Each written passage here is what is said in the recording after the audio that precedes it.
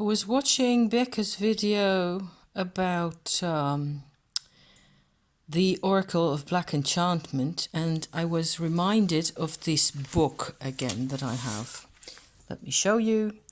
The Illustrated Anthology of Sorcery, Magic and Alchemy by Griot de Givry.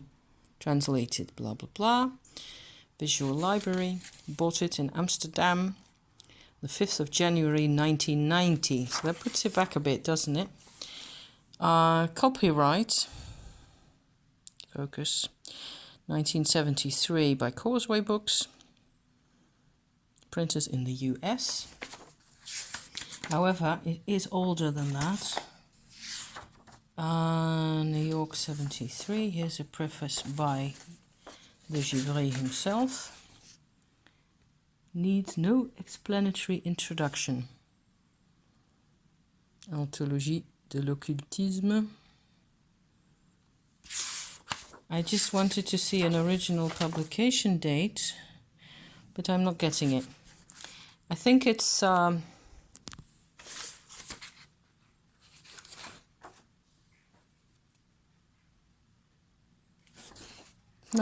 can't see an original date. It's in here probably somewhere. Book 1 is Sorcerers. Anyway, okay, let's just go to this then. The world of shadows as rival of the world of light. Sacerdotal representations, shivering, of the dark world. Diabolic manifestations in the religious life. The sorcerer as priest of the demoniacal church. Preparation for the Sabbath, etc.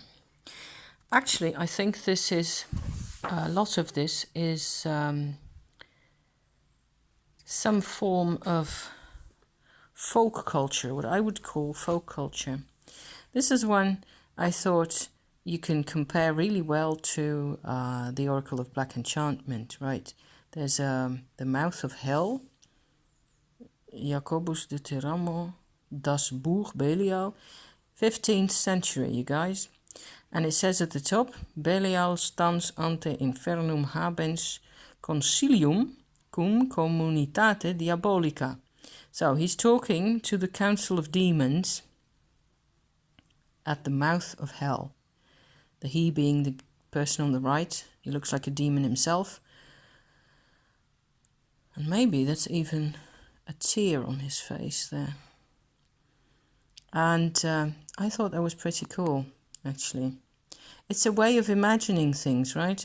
This goes right back to visions of hell that can be considered to be rather even pre-Christian.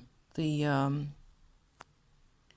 underworld where demons live. There's another picture I wanted to show you about the interaction with demons. Here we have it. Demons and angels contending for the soul of a dying man. Also in the printed in the 15th century, 1471. It says Ars Moriendi, the art of dying. And you can see the demons are at the bottom. Having a bit of a hard time reading the Gothic lettering. The thing that struck me was this one here, Spes nobis nulla. Hope means nothing to nobody. Maybe. Something like that. I did have a bit of Latin in school, but it's a long time ago. So here's the demons. They all have their heads twisted upward. There's a cow head right there, and there's a dog type head. And this one's really hard to place. Maybe he's a lion with a claw sticking out right there. This is another lion type. So they're rather animal type heads and legs and feet. Here's this, definitely a lion here because he's got a tail as well. Lots of stuff going on, really. It's worth looking at. What I thought was interesting as well is there's all the angels are at the top. Here's Christ right there. And he's, let's see if I can get his face in focus a bit so you can see him. What I thought was interesting is that the dying person here probably a man. Can't tell really. Might even be boobies. He's holding on to this stick. How is that not a wizard's staff? Was my question to you. And the priest type character with the mantle over the shoulders. Might even be a woman, you guys. Anyway, guiding, helping the person on the bed hold on to this stick. It isn't a cross, it's got like little flames, like an Ace of Wands type stick, isn't it? And right there is the soul of the person, the anima, moving up into the trusting hands of one of the angels right there. It's one way of looking at things, I suppose. But to me, this might just as well be some form of passage to the other world. Or okay, the figure of Christ is there, but how is he not a sacrificial God?